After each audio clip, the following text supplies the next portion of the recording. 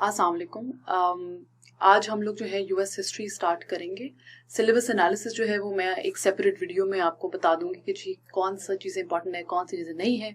But यह है कि यूएस हिस्ट्री का सिलेबस जो जनरली हम देखते हैं, एग्जाम भी देखते हैं, एक बहुत ही मुश्किल समझा जाता है बाय द कैंडिडेट्स। ठीक है, समझा जाता है कि जी हम तो ये कर ही नहीं सकते, मार्क्स कभी मिलते नहीं है। And for some reason we always blame कि शायद एफपीएससी का जो मार्किंग क्राइटेरिया है वो इतना अच्छा नहीं है, या शायद इसीलिए वो फेल करते हैं यूएस हिस्ट्री के कोर्स में। But that's really not true. तो बहुत डेट्स बहुत ज़्यादा हैं जिसकी वजह से मेमोराइजेशन में थोड़ी सी प्रॉब्लम होती है। इसके अलावा कॉन्सेप्ट्स बहुत ज़्यादा है, इवेंट्स बहुत ज़्यादा है। अभी तक इफ यू आस्क मी, मुझे टाइम लगता है टू रिकॉल कि अच्छा भाई फलानी चीज़ किस डेट को हुई थी, because again human beings can't recall each and every date जो उनके जहनों में होती है। तो अब आपको पढ़ाना इस तरीके से है कि एक एक जो इवेंट है आपके दिमाग में कंप्लीटली बैठ जाए। ठीक है, और आपने पढ़ना भी इस तरीके से है। The slides that I've made for US history basically contain a lot of information that will cover your entire syllabus. ठीक है, तो ये है कि शायद पॉइंटर्स में अपने मुंह से बोलती जाऊंगी, तो आई वुड रिकमेंड कि इस कोर्स के लिए आप साथ साथ लिखते जाएं, बिकॉज जब तक आप लिखेंगे नहीं आपको वो चीज़ याद नहीं होगी। तो कोई मेजर इवेंट अगर मैं लिख रही हूँ, ठीक है, या उसकी कोई सब हेडिंग बना रही हूँ, तो वो तो चलो स्लाइड पे होगी, लेकिन मजीद उसके सब पॉइंट्स जो होंगे ना, सब हेडिंग के भी सब पॉइंट्स, वो मैं अपने मुंह से बोल रही होंगी। तो I would recommend that you take a paper and a pencil and you start noting down everything. This is the only way I believe that you be able to do US history on your own and through this video lecture. So let's begin. I hope you're able to do it. जो पहला हमारा topic है वो बिल्कुल pre आप कह लो colonial period से आता है, बिल्कुल एंशिएंट हिस्ट्री अमेरिका की, कि जी ये कैसे स्टार्ट हुआ था सब कुछ। ठीक है, so as you can see on the slide, सबसे पहले 1,20,000 साल पहले the earth basically fell into an ice age. Everything solidified, ठीक है, और वाटर की सॉलिडिफिकेशन के साथ जो एक्सपोज्ड हिडन लैंड थी वो भी उभर के आने लगी। क्यों? जब वाटर लेवल्स नीचे गए, सॉलिडिफाई हुआ, तो वो लैंड जो था वो ऊपर आया, and it was actually a bridge that basically connected Siberia with Alaska. ठीक है, तो एक लैंड ब्रिज था जिसने कनेक्ट किया इसको। उससे हुआ ये कि जो काफी ज्यादा नोमैडिक लोग थे, अब आप कह लो 15,000 साल से लेके 50,000 साल पहले जो नोमैडिक ग्रुप्स थे, they started crossing that bridge. ठीक है, साइबेरिया से अलास्का पे उन्होंने क्रॉस करना शुरू कर दिया। ठीक है, Siberia is basically what you call present day Russia, आप कह लो वो वाला एरिया जो है वो साइबेरिया में आ जाता है। तो जब आपने वो क्रॉस करना शुरू कर दिया, then you started inhabiting the newly found land. ठीक है, this was the first inhabitants of the new world. ठीक है, न्यू वर्ल्ड बोलते हैं जो अमेरिका जब फाउंड हुआ था, क्योंकि उससे पहले न्यू वर्ल्ड का कॉन्सेप्ट था ही नहीं, लोगों को पता ही नहीं था कि एक पूरा अमेरिकन कॉन्टिनेंट एग्जिस्ट भी करता है। ये तो आहिस्ता आहिस्ता एक्सप्लोरेशन से पता चला कि जी अच्छा ये भी दुनिया एग्जिस्ट करती है। ठीक है, दुनिया जो पहली एग्जिस्ट करती थी, that was everything excluding your American continent, because most of the people back then believed that the earth was flat. ठीक है, तो यही आपको यूरोप ही होता, तो Europe, Asia was and Africa was the most that you had seen. Africa भी बहुत बाद में आके। अच्छा जी, तो ये लैंड ब्रिज आ गया। उसके बाद 10,000 साल बाद, 10,000 साल पहले आइस एज जो थी आपकी एंड हो गई। जब आइस एज आपकी एंड होगी तो ये अगेन ये लैंड ब्रिज था ये कवर हो गया, और ये सारा वाटर जो था वो उभर के उसने कवर कर लिया उस लैंड ब्रिज को। इस एरिया को अब हम लोग कहते हैं बेरिंग स्ट्रेट। इस वाटर मास को आप बेरिंग स्ट्रेट कहते हैं। ठीक हो गया। अच्छा, जो वहां पे लोग थे अलास्का में, जो न्यूली इनहैबिटेड लोग थे, वो तो वहां पे ही उन्होंने अपनी ट्राइब्स बना ली। जिस तरह आप बाजू ट्राइब से भी देख रहे हो कि वहां पे जितने भी नेटिव अमेरिकन थे, they started to make their own tribes, they had their own culture, पूरी उनकी डिफरेंट लैंग्वेज बन गई, उनकी अपनी एक दुनिया आबाद हो गई वहां पे। ठीक है, अब आहिस्ता आहिस्ता हम फास्ट फॉरवर्ड करते हैं आज की दुनिया में। ठीक है, अगर इसके ऊपर just putting it out there, colonial period जो है इसको, इस टॉपिक को आप कह लो, और अगर कोई सवाल आता है तो एक ओवर आर्चिंग पूरा वो कॉन्सेप्ट पूछेगा कि किस तरह से अमेरिका आहिस्ता आहिस्ता फाउंड हुआ था। ठीक है, तो हिस्ट्री से लेके अब तक आप पूरा डिस्क्राइब करोगे if you get a question on that. ठीक हो गया। अच्छा जी, उसके बाद यूरोपियन एक्सप्लोरेशन के ऊपर आ जाते हैं। तो यूरोपियन जो थे वो ट्रेड कर सकते थे ईस्ट के साथ with only 2 routes, one of them being the land route, the other one being the water route. अब दोनों ये जो रूट्स है ना, ये ब्लॉक किए गए थे। क्यों? ये टर्किश मुस्लिम्स ने ब्लॉक कर दिए थे because of the rivalry that the Europeans had with the Ottoman empire. तो भाई उन्होंने कहा कि we need to look towards the west, we need to figure out new ways, we need to figure out new routes to go that cross and that cross the other side of the continent, और वो जाके हमें ले जाके हमें वापस Asia तक पहुंचा दें, ईस्ट तक पहुंचा दें। क्योंकि यूरोपियंस को ईस्ट के साथ तो ट्रेड करना ही था, their basic survival dependent on that, ठीक है।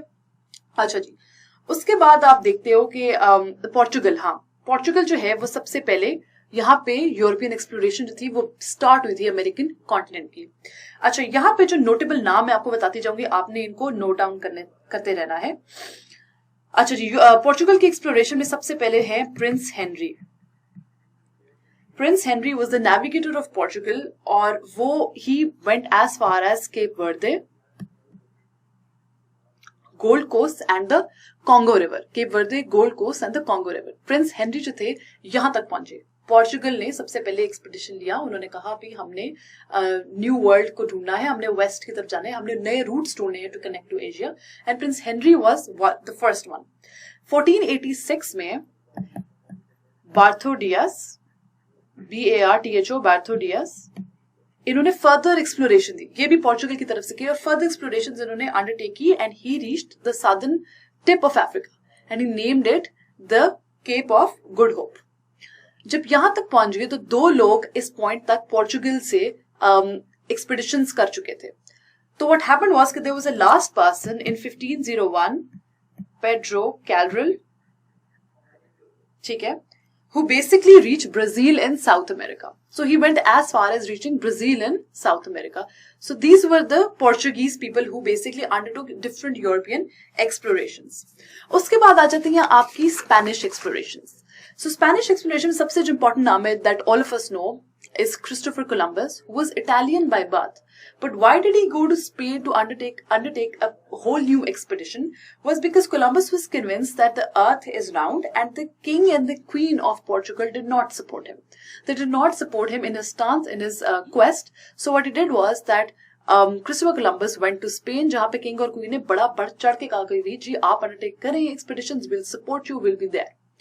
इसके बीच में मैं बताती हूँ जब स्पेन की एक्सपीडिशंस कंप्लीट हो गई थी तो before I forget there was a treaty signed between Spain and Portugal which is known as the treaty of Tordesillas, ठीक है। अच्छा, अब ये ट्रीटी साइन इसलिए हुई थी to divide the new world between Spain and Portugal, ठीक है। Coming back to the Spanish expeditions, so basically पहला जो उनका एक्सपीडिशन था इट वाज जो वॉयज थी it was in 1492 Christopher Columbus की, जहां पे वो बहामास तक गए और उसके बाद जब वो वापस आए then he brought gifts that were completely unknown to the king and the queen of Spain. तो वो भी यूरोपियंस काफी परेशान हो गए क्योंकि ये तो काफी नई नई अशिया हैं और ये तो न्यू वर्ल्ड से आई हैं and these were unknown to Europe, तो काफी ज्यादा उसको अप्रिशिएट किया गया। फिर क्रिस्टोफर कोलंबस ने दूसरी अपनी एक्सपीडिशन ली, तीसरी अपनी वॉयज की, सेकेंड वॉयज वाज इन 1493। अगर आप इसकी वॉयजेस की डेट्स ना भी याद रखें तो मसला नहीं है, but I am just going to narrate them to you, so in case if you want to write them down. The third one was in 1498 and the fourth was in 1502। जो fourth उनकी voyage थी तब उन्होंने हॉन्डुरस जो था वो explore कर लिया, ही ऑल्सो फाउंडेड, वो उन्होंने ढूंढ ली जगह, लेकिन उन्होंने रिटर्न टू स्पेन, उसके बाद वो फर्दर एक्सप्लोरेशन ले नहीं सके, ठीक है। अच्छा, फ्रांस की तरफ आ जाते हैं। 1534 में, let me just erase this, France में जी 1534 में जैकुआर कार्टायर, basically he was the person from France who undertook and he basically also organized the French West Indian Company, ठीक है। इन्होंने मजीद एक्सप्लोर किया अमेरिकन कॉन्टिनेंट को, he went to Missouri। France ने also other than exploration, France also founded a lot of elements, metals over there, ठीक है। lot of copper, silver was founded by France। तो France से काफी earn भी किया था through a lot of operations and expeditions that they had in the American subcontinent। उसके बाद 1669 में French traders got hold of the land which was west of the Appalachian Mountains, ठीक है। सो ये बेसिकली अगर मैं आपको समझाने की कोशिश करूं तो ये जो है आपका अमेरिकन कॉन्टिनेंट है, these are your Appalachian, I am sorry, let's go back, ये अगर आपका एरिया है एपलाचियन माउंटेन्स का, ठीक है। तो जितना भी एरिया वेस्ट था उसके फ्रांस ने ले क्लेम कर दिया उसके ऊपर, ठीक है। लुजियाना वगैरह भी आ गया था, लुजियाना 1731 में क्राउन कॉलोनी भी बन गई फ्रांस की तरफ से, ठीक हो गया। नेदरलैंड्स की तरफ आते हैं तो 1609 में गालिबन हेनरी हडसन जो थे, he laid claim to the present day Albany, जिसको आजकल जो एल्बनी के नाम से जाना जाता है, वहां पे नेदरलैंड्स का कब्जा हो गया।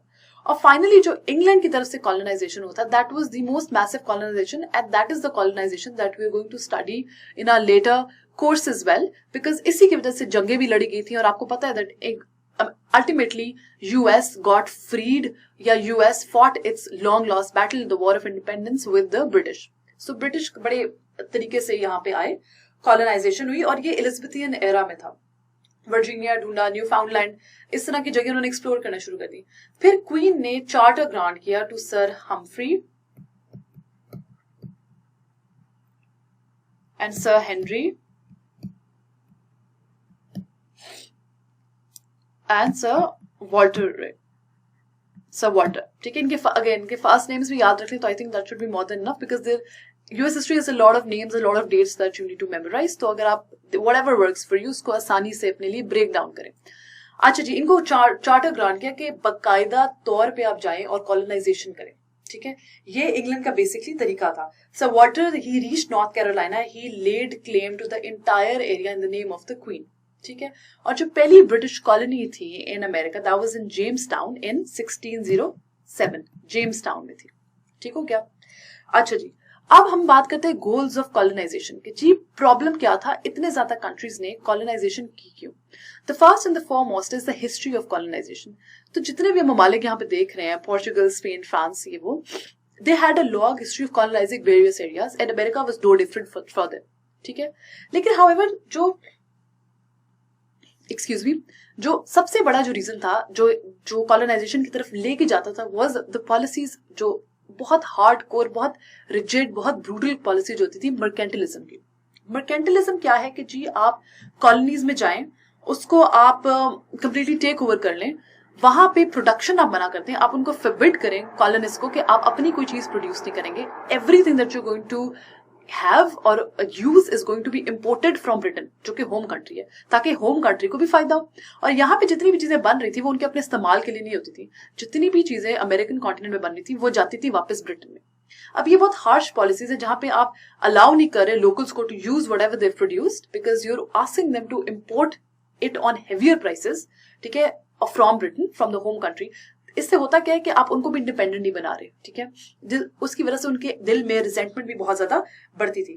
और जो भी आप चीज सेल ऑफ कर रहे हो कॉलोनिस्ट को, वो एक ग्रेटर प्राइस पे कर रहे हो, ठीक है। कीमतें आप उनके लिए बढ़ा रहे हो, तो आप कभी उनको पावर नहीं कर रहे, वो गरीब के गरीब ही रह रहे हैं और आपका जो होम कंट्री है वो अमीर का अमीर ही होता जा रहा है, ठीक हो गया।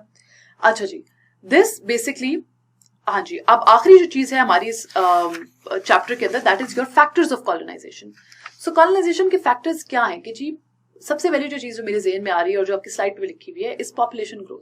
आपकी यूरोपियन पॉपुलेशन वो इतनी ज्यादा थी, there were around 100 million people living in Europe at that time. और जब इतनी ज्यादा पॉपुलेशन थी आपकी, तो then you wanted to basically explore new areas. तो फिर यूरोप ने खुद भी भेजना शुरू कर दिया था लोगों के, आप जाएं, आप सेटल हो अमेरिकन कॉन्टिनेंट के अंदर। फिर ट्रेड विद द ईस्ट, जो सबसे पहले मैंने बात की कि बहुत बड़ा इंसेंटिव था कि हमने ईस्ट के साथ ट्रेड करना है। We are going to make sure कि जी हमारे न्यू रूट्स बने, हम मुस्लिम्स के ऊपर क्यों रिलाई करें अगर हमने ईस्ट के साथ ट्रेड करना है तो। फिर इंडस्ट्रियल ग्रोथ, अब प्रोडक्शन ऑफ गुड्स आपकी होम कंट्री में ज्यादा हो रही है। अब ब्रिटेन ज्यादा चीजें बना रहा है लेकिन बेचने के लिए चीजें नहीं है। अब होम कंट्री कितना कंज्यूम करेगा, कितनी आप चीजें एक्सपोर्ट करोगे, आपको नई जगह चाहिए थी एक्सपोर्ट करने के लिए। डिजायर फॉर वेल्थ, जो कि बहुत एक कॉमन प्रॉब्लम है कि हर मुल्क का कि जी आपने you want to be wealthy, you want to extract the wealth of other nations by colonising them. और सबसे एक और रीजन था कि रिलीजियस इंटॉलरेंस बहुत थी यूरोप में, तो लोग भागते थे एक ऐसे मुल्क में जहां पे थोड़ा सा फ्रीडम थी, उनको रिलीजियस फ्रीडम थी। तो जी इन पांचों रीजंस की वजह से बेसिकली आपकी कॉलोनाइजेशन जो थी वो बहुत ज्यादा स्पीड अप हो गई थी। I'm going to end my lecture over here because then we're going to start American War of Independence after this. So I hope you enjoyed the lecture and I hope कि आपको समझ आई है।